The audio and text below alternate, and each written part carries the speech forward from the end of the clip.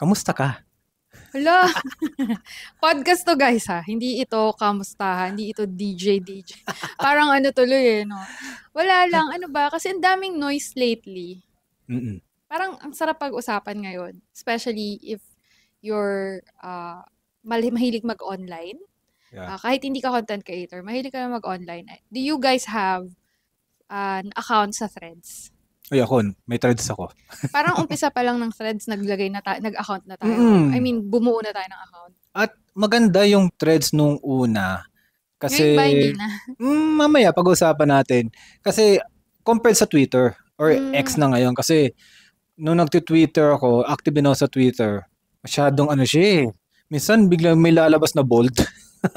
Ngayon, gano'n na. Ganun pa rin. Dati pa ganun. Parang Okay. dangerous na buksan mo siya sa public. Tapos, kung hindi spam, mostly mga negative vibes nga. Okay. As a basketball fan, doon ako kumukuha ng mga news eh. Mm. So, So, hindi mo maiwasan na mag-ex pa rin. oo, mag-ex ako kasi nandun yung mga sila Shams Charania, hindi mo kilala yon. Siyempre, di ko kilala yun. Mga news analyst ng sports, pati yan, tungkol sa mga NBA. Kaya nga may mga pati fin tweets pala, finance. May tingin-tingin pa ako doon. Kaya may tinatawag na fin tweets eh. Pagdating sa threads, yan, bagong-bago siya, no? IG, galing mga taga-IG people pumunta sa threads. Isa ako doon. Wala akong Twitter eh. Hindi ako nag-Twitter. So, wala bang Twitter? gumawa ako account pero hindi ako naging active sa Twitter. So, first time kong maka-experience ng parang Twitter, which is si Threads nga. Ang ganda, So, di ba? Oo, kasi ano siya eh, post-post lang, anything goes, ganyan. Parang extension siya ng personal account mo. Tapos, ang maganda pa is, ewan ko lang yung iba, hindi ako nag-add doon ng mga kamag-anak, mga super duper close friends. At yung iba wala pa rin kasi doon. Parang mas maganda mag-post nang minsan walang nakakilala sa'yo. Kaya siya maganda doon. Wait lang, bago tayo tuloy, welcome kayo dito sa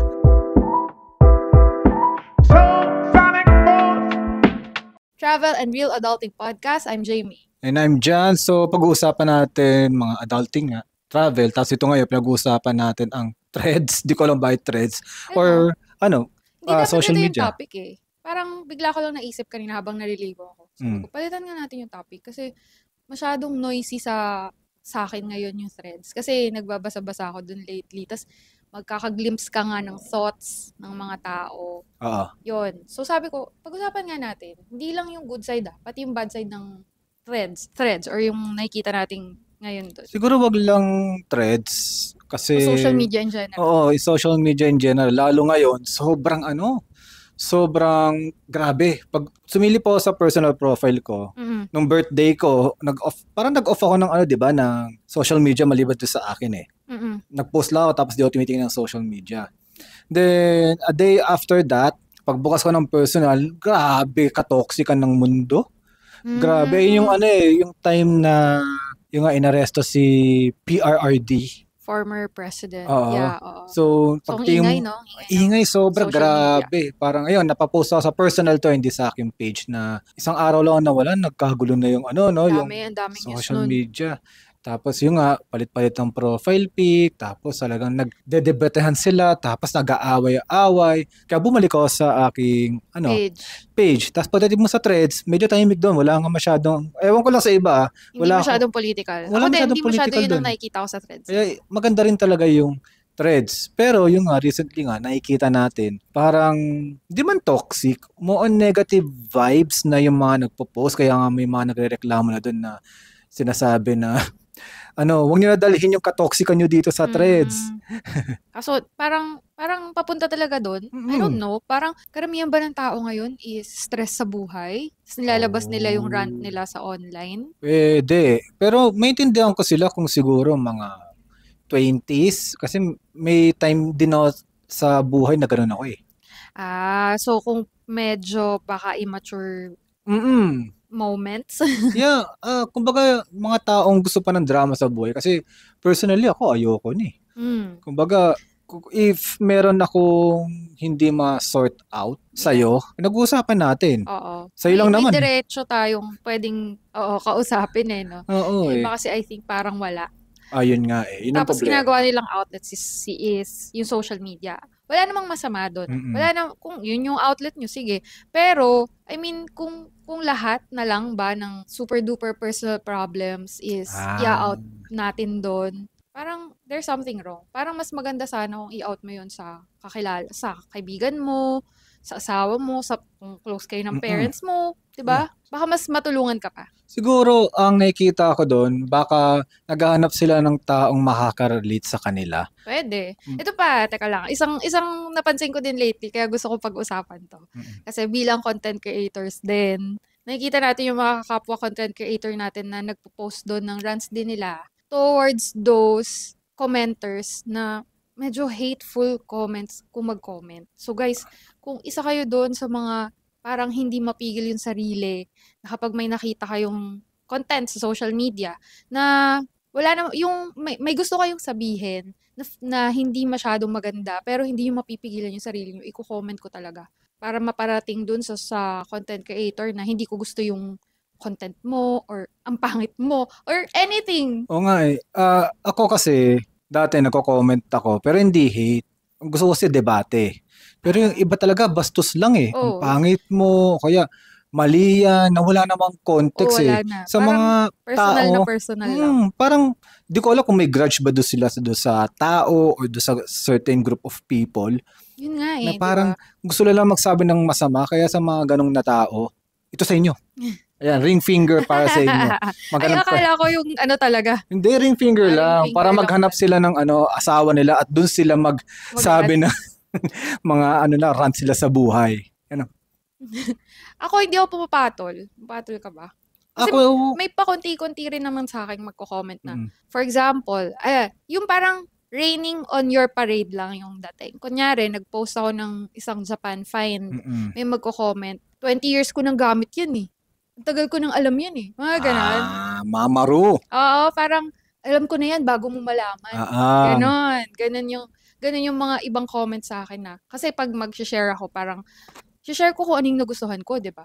Tapos may magko-comment na, alam ko na yun, dati na yan, luma na yan. Ganyan. Sa iba, pero pag tiningnan mo naman yung post na yun, maraming naka-appreciate kasi may nag-save, may nag-like, may nag-comment, whatsoever. So, ibig sabihin, baka bago din sa kanila, or nagustuhan nila yon. Pero may magko-comment at magko-comment na, luma na yan, alam ko na yan, ngayon mo lang nalaman yan, mga kanon. Yun. Siguro yan, either immature siya, or bida-bida. Bida-bida, or baka yun lang talaga yung time ng buhay niya na ikaka-proud niya eh. Ang saklap. Kaya pagbigyan mo na. Proud na siya na, alam ko na yan 20 years ago, tas ikaw ngayon mo lang nalaman. O di congratulations. Yun nga, congrats natin. Kasi isipin mo, para mag-comment pa siya ng ganon sa isang trending na video or kahit hindi trending na video, para ma-recognize na ako, 20 years na, ginagamit ko yan. Isipin mo yun, but kung ganon yung tumatakbo sa isip mo, ganun ka. Joke hindi naman. Kumbaga, yun, naghahanap ka ba ng appreciation sa mga tao na ako, nakauna niyan. Exactly. Ako yung history. I'm the origin na gumamit niyan. Oo. Tapos meron pa, parang kabaliktaran naman yan. Yung parang, hindi ko yan gagamitin kasi lahat gumagamit na. Parang baliktad nun, di ba? Parang too cool for that naman yung dating, yung ganong mga comments. So, ayan yung mga elitista. Ayun, tama. Yung parang parang same siya ng mga nagi-gatekeep. Di naman, visit pala ako. Visit pala ako doon. Kasi isipin mo, kasi yung mga nagi-gatekeep ganito eh. Di ko, sa akin lang to, di ko i-share itong business na to kasi maganda to, gusto ko ako lang. Yung Boplax niya, kung hindi lumago yung business, mawawala yun. Di mawawala siya ng favorite niya. Di ba? Tapos sasabihin niya, marami na gumagamit, ayoko na niyan. Kasi ako lang dapat, blah, blah, blah. Hindi ba siya natutuwa doon sa business na lumaki at maraming nasa-serve ng kung ano yung ginusto mo? Di ba? Parang nagiging elitista kasi galing din ako dyan eh. Nag-gatekeep ka rin? Hindi. Punk elitist ako dati sa banda. Kumbaga pag ito pinapakinggan ko, dapat ako lang. Pag lumabas lang dito, baduy na kayo. Parang ganun sila eh. Yes, parang minority. Tapos pag naging mainstream na, sa music tayo, pag naging mainstream na, ayoko na, sikat na yan eh. So, ganon. Kung immature ka, sabi ko nga, mga ganun, immature or elitist. Kung immature, may tindahan ko. Pero kung matanda ka na, elitista ka pa rin, hindi ka nag-improve sa buhay. Ewan, ang dami. Ang dami talaga ganun yung comment. Speaking of matanda, ito, babalik na naman tayo sa kanina. Yung mga nakikita kong comments, usually parang, base lang ako sa profile picture Hindi ko naman sinearch kung anong edad talaga. Pero usually parang medyo mga tita-tita. Tita na tayo Tito-tito na tayo. Mas tito at mas tita pa. Kumbaga tito at tita natin. Oo. So, matanda na nga yun. Oo, mas matanda talagang di hamak naman. Ang mga comments sana nilagay mo na lahat ng info, di ba? Ganyan-ganyan. Asan yung location? Magkano? Tapos, pero ang totoo nandun na sa video lahat ng info. Hindi niya lang pinanood. Pero galit siya sa comment. Baka kasi, parang nakita ko yan sa isang content creator na kilala natin Yes, kilala natin yan. Tayo, pare-parehas tayo ng mga rants din sa ganyan. Although, yun, yung iba talaga. Natatawa lang ako doon. Siguro kasi, kaya hindi niya pinanood yung video or napanood yung video. Kasi wala siyang data. Wala palang data. Dapat sa caption kasi. Oo. So parang walang data. Ibig sabihin, baka hindi niya napanood, hindi niya ma-play. Tapos sa caption wala doon. Pero yung info nandun sa video. Or mahina comprehension. Dalawa lang yun Isa, wala siyang data. Yun. Joke lang yung walang data. Ang totoo doon. Hindi, kasi meron talaga. Meron ba? Sorry. Kasi di ba nagba-basketball content ako? May mga doon na magpo-post ako, nandun na lahat yung standing or for example, score. Ng video? Tapos may magko-comment. Nakadata lang po ako ano po score. So picture yung pinost mo. Nandun yung score, ganyan-ganyan. Tapos hindi nakalagay sa caption. So hindi niya makita kasi wala siyang data. Okay, sorry. May ganun pala. Oo, may ganun. Ikaw kasi, lagi kang may data. Hindi, wala ka palang data. Wala din ako Nai-connect ka lang sa akin. Ito yung maganda doon. Wala din ako data. Kasi naka-prepaid pa rin ako. Tapos paglalabas tayo, naka-connect lang ako sa'yo. Ayun, sige, game. Okay, naintindihan ko na. Sige, si ate, si tita, ay baka walang data o kaya walang comprehension. Na-i-play niya naman pero hindi niya tinapos or malay mo, nakinig... Bakit? Hindi, may pangatlo pa ako. Sige. Pangalawa is, na-i-play niya pero hindi niya naman tinapos or baka hindi niya naintindihan. Ano yung pangatlo mo? Pangatlo, hindi niya naintindihan. Ayun na nga. Hindi naintindihan kasi bulol yung nagsasalita. Pwede, may content creator na bulol katulad mo. Kaya ako lagi nagsasubtitle Oo. Isang way yun Diyos ko, may subtitle na nga, minsan magtatanong pa, di ba? Ay, naku, pag ganun, putik yan. Parang gusto na i-block kaso naisip ko. May ibang magko-comment dyan Sige, pabayaan mo sila magsabong. Magko-comment na dun sa tanong niya. Tapos sila na mag-engage, no? Ganun nga ang buhay content creator nga po, guys, no? Kung di nyo alam. So, kasali yan sa aming everyday struggles. Pwedeng struggles, yeah. Pero, para sa akin, noise na lang din siya. Kasi, minsan, pwede ko namang hindi replyan.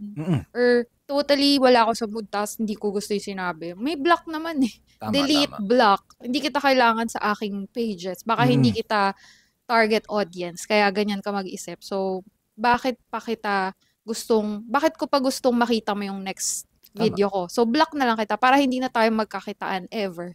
Parang ganun. Ako kasi, to be honest, medyo nasanay na ako. Coming from, dami kong content dati, no? Sa mga naka-follow sa akin. Alam nila yan. Kasi nag-umpisa ako sa finance Tapos yung content mo pa naman, lalo na yung basketball, parang ang toxic ng mga tao. Yun nga sasabihin ko kasi nga, finance, tapos pumunta sa basketball.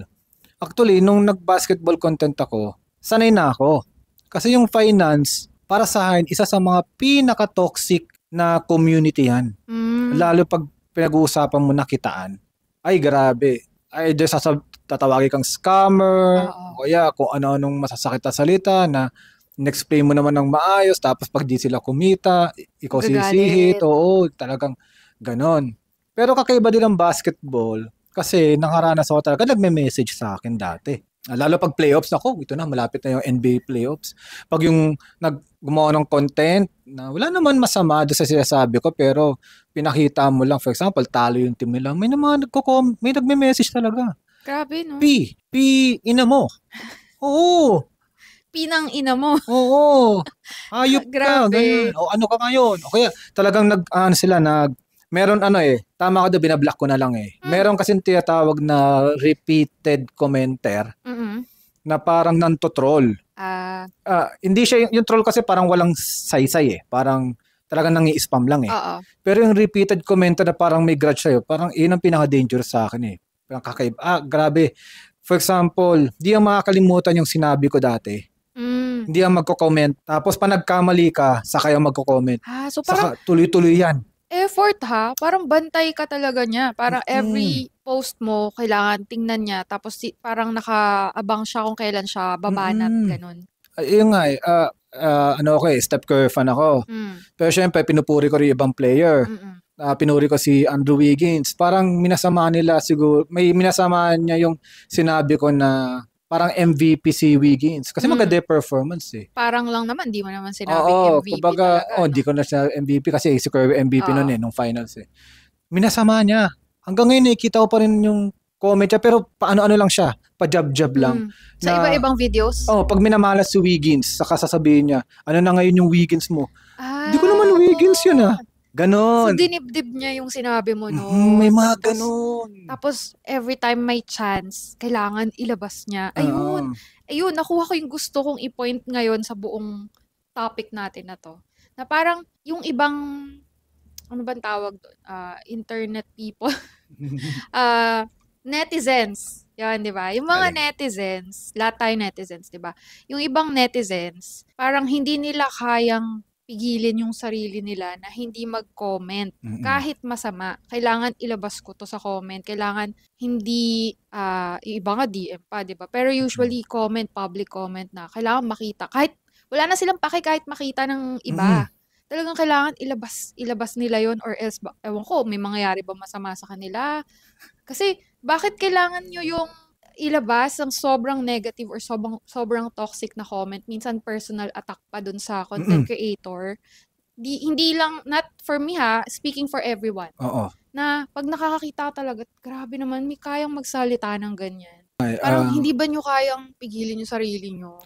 Siguro pag hindi niya tinype yun at sinend yung post, aatakin siya sa puso. Pili ko ganun. Intindihan ko kung ganun kung may ganung, anong tawag doon, condition. Pero hindi ganun. Hindi. Ano ba yan? Mental or emotional quotient nyo, sobrang baba naman. Tama. Sobrang baba ng EQ, MQ, at kung anong barbecue. Kung ano man merong Q sila. Kung meron pa nga ba silang EQ, sobrang baba yan. Kasi grabe pa. Ewan ko ito nga yung dilema ko eh. Ang tatapang nila lahat sa social media eh. 'Di ba? Magsalita sila. Ang pangit mo. O kaya mali ka. Pupusta ako pa nagkaharapan kami. Tapos may nasabi akong something, nagkamali ako. Di kaya sabihin sa akin yun.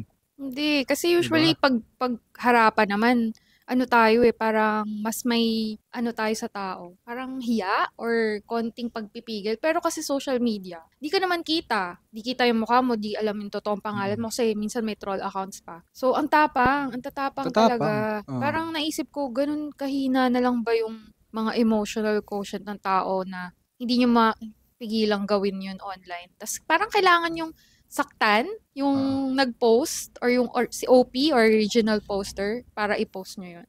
Tapos sa comment. Tapos ang pangit pa doon, sasabihin nila, lumabas ka sa social media, dapat deal with it. Mga ganon. Para sa akin kasi, social media is a public space. Naman. So parang yung sinasabi ko sa'yo, parang magkaharapan tayo, public space to. Ngayon pa nagkamali ka, tapos minura kita, di ba magagalit ka sa akin? Same lang din yun pag nagko-comment ka ng masama, pag minura mo siya, magagalit din yun. Kasi nga, public yan. Ito ba yung masama? Kapag gumanti yung nag-post, siya yung parang babalikan na, ano ba yan?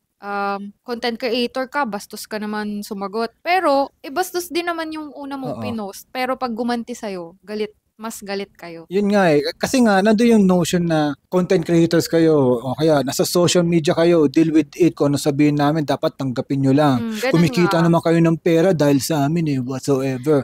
Privilege shit, Napaka-privilege. Ang nakakapikon pa doon, kung for example, nagkamali, o kaya sabihin natin hindi nga nagkamali, tapos magagalit doon sa content creator. Pero pagboboto sila ng politiko na nagkamali ng warakot, approve na approve, okay lang yan. Patawad, ang galing-galing mo, idol.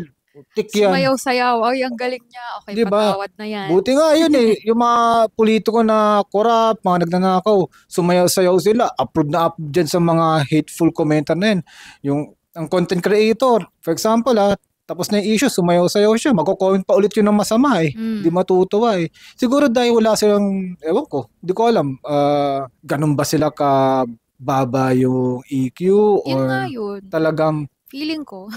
or ayun nga, pero napunta sa politika tuloy kasi Oo nga nga eh. nainis ako dahil nga ganun kababa yung standard natin sa politiko. Pero pagdating sa mga influencer, content creator or lahat ng makikita mo sa social media, parang dapat Diyos na hindi ka dapat magkamali.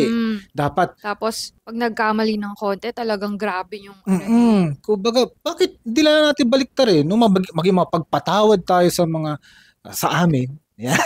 Kasi content creator din ako. Okay, sa mga influencer, hindi lang kahit sa amin. Sa friend yun na magpo-post sa social media na naka-public o kaya sa hindi mo kakilala na hindi naman siya content creator, naglabas na lang ng insights niya sa public. Pwede tayo maging mapagpatawad doon at intindihin yun na kung paano tayo umitindi doon sa mga corrupt na officials. Para naman, di ba, ano lang tayo, win-win situation, di ba? Parang ang unfair tuloy, no? Di ba Parang unfair? laging, Kaya nga nakakapikon. feeling ko tuloy, naglalabas lang sila ng mga ano nila sa buhay, stress sa buhay through being a keyboard warrior or whatever. Para Parang, sa 'di ba? Parang ang tapang nila kasi, ang tapang ng mga tao sa online talaga. And I think sa akin lang ang napansin ko, usually yung mga ganun pa mag-comment is yung hindi ganun naiintindihan yung ginagawa ng creator. For example, nagluluto siya.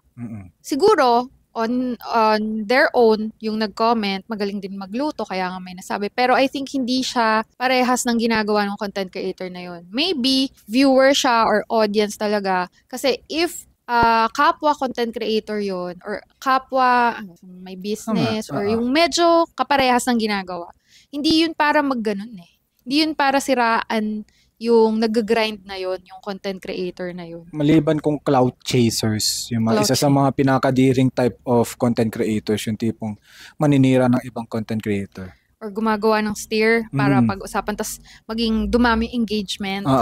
Yan. Maliban. Ayun, na ano ko doon na parang the more you talk kasi or the more you parang in-educate mo yung nag-content na yon, baka deep inside you, baka deep inside you gusto mo yun, hindi mo lang magawa. Inggit. Yun. Tipo, isa pa pala, factor, inggit lang siya. Parang sa'yo, na nag-trend yung video mo, sumikat ka, tapos yung isa naman, ang tagal-tagal niya nang ginagamit yun, pero hindi pa siya sumisikat. Siguro inggit lang din siya. Pwede, or hindi nga niya ginagawa yung ginagawa ko. Hindi naman talaga siya nagko-content eh. So, gusto niya lang talagang magsabi ng piece of his or her or their mind na nauna ako dyan, alam ko na yung bug na yan. For context, bug yung shinare ko na yun. Mahanapin nila nag-comment, no? Kaya si ate ditong inggitera. Nireplyan ko siya dapat eh. Good for you. Ganun lang. Kaso, ewan ko, naglolo ko si IG. Minsan hindi nagpo-post yung reply. Tapos nung nakita ko, ba't wala yung reply ko? Okay, tapos na rin yung moment ko pumatol ng konti. Hindi ko na nireplyan. Na-let go ko na yung comment niya na yun. Dati nung nag-umpisa pa lang ako, mapagpatol din ako eh. Oo. Medyo binawalan nga kita eh.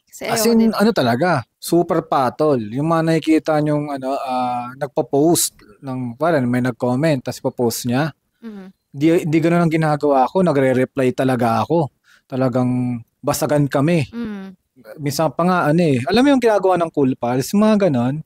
Yung talagang babasagin yung profile pic. Oo. Talagang aasarin kita kasi kung kaya mo may pag-asaran sa akin, sana hindi ka rin pikon. Ganun ako eh. Kumbaga, syempre, madami akong time noon na ngayon, hindi naman sa ayaw ko na, wala na rin akong time. Mas pipiliin ko ng, ang tawag doon, pag nakita ko yun, kasi mag-iisip ka pa ng reply eh. Pag ganun. So, kaysa mag-iisip ka ng reply, mag-isip ka ng bagong content. Diba? O kaya mag-isip ka ng bagong gagawin. Or, manood ka lang ng anime, like Solo Leveling, mga ganon. Diba? Kaysa naman, ubusin mo yung oras mo kakaisip doon sa i-reply mo doon. Kaya, pero I get naman why other people are replying. Talagang kahit mga sikat, 'di ba? Mga celebrity, nakikita ko minsan talaga ni-screenshot nila, nire-replyan pa nila. Ang hirap din kasi for them na hindi mailabas din yung piece nila after sabihan ng ganon, 'di ba?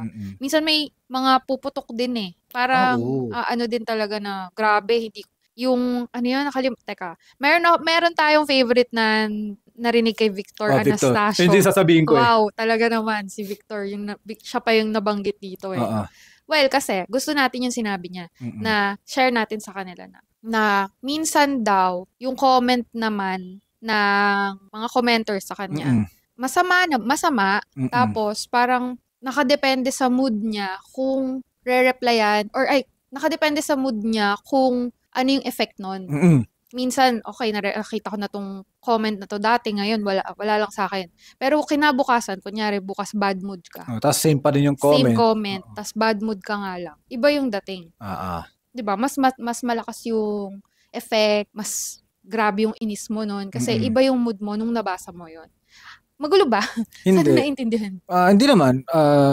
Tama naman yung pagka-explain mo. Kumbaga, nakadepende talaga siya sa mood ng tao, kung ano yung perception mo doon sa comment. Minsan pa nga kahit na hindi masama yung comment, minsan namamasama mo dahil bad mood ka eh.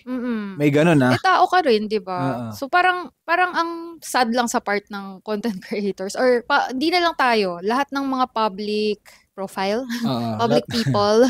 Lahat ang digital creator. Digital creator ko, no? Joke lang. Tapos yun nga, pati celebrities, lahat na, ano ba mga pwedeng ihalin tulad? Basta public. Basta lahat ng nagpo-post sa public. Kasi yun nga, yung sinabi ko nga kanina, dilemma talaga yan ng lahat dahil parang notion ba tawag or something na pag pumasok ka sa social media o pag inilabas mo yung sarili mo sa social media, be ready kung ano yung magiging tatanggapin mo. Parang yan yung naging normal. No? Oo. Para sa akin, di dapat maging normal na maging masama kang tao. Oo. Pwede pa rin naman kayong mag-comment kasi nga public eh. It's for everyone to see. It's for everyone to comment, ganyan. Pero kung kaya nyo namang pigilan yung sarili nyo, wag na mag-comment ng toxicity or negativity, pigilan nyo naman, Diyos ko naman. Ano ba naman yung konting mag-isip na maganda ba itong sasabihin ko? Or makakabuti ba? May sense ba? Totoo ba? Pero hindi eh. Talagang nauuna yung parang type, enter. Tsaka, ayun na, tapos na. Hindi mo na inisip. Ano yung sinabi mo? Yun nga. Sa akin lang, ako mahilig ako sa debate. Okay lang talaga magsabi ka ng peace mo. Kaya nga minsan nagpapatulong sa'yo na gandahan yung wordings. Isa yun sa, parang hindi ka lang maka-offend din. Kumbaga, for example, may nakita kang mali. Dalawa lang yan. Let go mo na, pabayaan mo na. Ngayon, kung concern ka doon, 3 pala, message mo. May gumawa sa akin ng dati, tuwang-tuwa ako sa kanya. Boss, parang mali yung ganyan, blah, blah, blah. Diba? Appreciate mo pa nga yun. Ma-appreciate pa yun ng content creator na kinorek mo siya in private. Diba? Okay Tapos yun in a good way. Na para talagang may concern ka. Mapapa-thank you pa nga sa'yo kasi nga, ay, naramdaman ko yung concern niya at nakita ko yung point tapos tama siya. Di mako-correct ko yung mali ko. Yun, may gumawa sa akin nun. Kung sino ka man, salamat. Nakalimutan ko na kasi ang dami din nagko-comment sa akin. Yun nga, pwede namang kasing ganun eh. Siguro hanap kayo ng magiging labasan nyo nga ng sama ng loob, ng anything. Mag-podcast sila. Mag-podcast kayo or sadly, kung hindi kayo close ng asawa or friends or wala ka talaga yung nakakausap, baka sila yung mga mahilig mag-ganun eh. Simple lang naman yan eh. Sabihin natin kung wala ka talagang friends or hindi naman walang friends, kung hindi kayo close within your family, friends, or kahit yung asawa mo, humanap ka ng groups. Humanap ka ng forum na maaari makarelate ka na hindi naman lalabas yun eh. Kaya nga isa pa yun, di ba toxic na rin mga ibang forum? Ito nga eh. Ito yung malupit eh. Groups or community are formed for like-minded people na mag-connect. Yung may same kayo niche or mayroon kayong common ground. Ang problema, may mga tao talagang makakapasok doon ng toxic eh. Kaya isa yun sa mga nakikita ko sa mga groups na naglabas. Kasi group siya eh. Naiintindihan ko yung groups kasi medyo personal level. Kumbaga, yung public yon. Ito, personal level within your group eh. Kumbaga, dapat naiintindihan mo, kaya ka sumali sa group na yan, dapat naiintindihan mo, for example lang yung Japan for Dummies. Naiintindihan mo na sumali ka dyan kasi for dummies yan. Gets. Yeah. Diba? Ngayon kung may mag-post dyan ng medyo, sabihin natin, talagang beginner, or sabihin natin talagang mapapakamot ng ulo, ng ulo na, hindi niya alam yun. Kasi nga, for dummies. Ngayon, kung ikaw magiging magmamarunong ka, doon ka sa Japan for Intelligent People group, di ba? Japan for advanced, tourists, advanced travelers. Yun yung sinasabi ko. Kasi yung problema, utik yan. Siguro, na-outgrow na yung pagiging dummies. Mag-live na kayo ng group. Mag-live na kayo doon. Kasi kung ayaw nyo makita ng mga noob questions, malis kayo. Ngayon, katulad ko, nandun din ako eh. Nandun tayo to help eh. Diba? Kahit sa group natin, doon sa Japan, ano yung group natin? Japan DIY Travel Tips. Yun, Kineme. Yun, basta makikita nila sa Facebook yung Japan DIY Travel Tips na pag pumunta ka doon, is expect mo, may magbibigay ng tips, may tatanong, may magsasalungat ng tips. Diba? Kasi nga, andun ka sa group na yun. Ang pangit lang sa iba, parang nagmamaro na sila, nagiging elitista na. So, yun na naman tayo, babalik naman tayo sa sinabi natin, yung pagko-comment ng masama. Kung pangit yan, huwag nyo na i-comment or gandahan nyo yung wordings na hindi maka-offend. Ngayon, if maka-offend ka man, apologize. Ano ba naman yung pagiging, mag-apologize ka, apologize. Di ba, mag-sorry ka. Di ba, pinatawad nga natin yung nag-sorryng politiko na ngayon, naging congresswoman na, di ba? So, bakit ba yung isang tao na nagkamali, hindi natin mapagpatawad, di ba? So, please parang chance nila. Parang kinukuha nila yon as a chance na, nagkamali ka. It's time for me to show how intelligent I am. Hindi ako magsasorry. Parang sa militar lang no? Yung mga pag newbie ka, dahil pinahirapan ka ng nasa taas mo, pag may dumating na newbie, gaganti ka. Ano ba yan? Anong klaseng kautakan niyan? Ito not to be, nagmamalinis or what. Tayo, nagsasalita din tayo ng pag may hindi tayo nagustuhang post or something or tao. Tao lang tayo. So, may mga ganun din tayong thoughts na hindi nagugustuhan yung mga nakikita natin. But, the difference is, hindi natin pinopost yung toxicity na yun na ano yung naisip natin. Tayo lang nag-uusap. Tayo lang. Or pwede, kung meron kayong circle of friends na parehas nyo ng level of of understanding. Pati level of humor. Yun, isa pa yun. Kasi diba? Magkakaiba tayo ng humor. Yun. So, para sa akin, helps na may kausap ka talaga. Doon mo na lang ilabas lahat. Kahit na tipong sobrang sama nung thought na yun, ilabas mo pa rin. Pero sa'yo lang, sa atin dalawa lang, ganyan. At least, hindi ako nakapag-spread ng negativity online. Di pa ako makakancel. Kasi tayo lang dalawa yun. Tama. Tsaka yung, please lang bawasan na natin negativity, no, sa mundong ito. Grabe. Napakasayang ng buhay if panay negative yung paggagawin natin. Online and offline. Yun nga eh. Diba? Ang ganda nun Pati sa offline, dapat tayo. Mindful ba? Mindful. Sayang eh. Hanggat yung oras mong pwede mong gawing teka, baka happiness ba nila is makapag-spread ng toxicity, ibang usapan niya. Parang psychopath lang no? Kasi parang nasasayangan ako kung yung effort mo is gagawin mo, ilalagay mo or i-suspend mo through spreading negativity. Tama. Parang, yung aura mo nun, umiitim. Yung black aura, black. Wow. Black, parang something like that. Negative energy, negative vibes. Nasasayangan ako for that. So, basta tayo, positive vibes lang tayo palagi. Wag naman toxic positivity. Yun. Isa ba yun? Ibang usapan na yun sa susunod na podcast na yung toxic positivity na yan. Pero sa ngayon, please lang don't spread negativity. Masyado. Be mindful of what we say. Tapos mag-comment kayo dito ng maganda. Tama. Sa mga content creators na nakakaranas ng mga pangit na mga comments, mga nagko-comment sa inyo, ito lang, gantuin nyo na lang. Okay, ring finger. Sabihin nyo, maghanap nga kayo ng mga partner nyo sa buhay, doon nyo sabihin yung mga hinanakit nyo. Ganun. Kaso baka wala, no? So, kawawa talaga sila. Yun lang talaga yun. Kung baka maawa ka na lang. Maawa na lang tayo sa kanila. Dahil, nakakaawa na lang. Pero, yun nga, block nyo na lang. Block nyo na lang para wala na.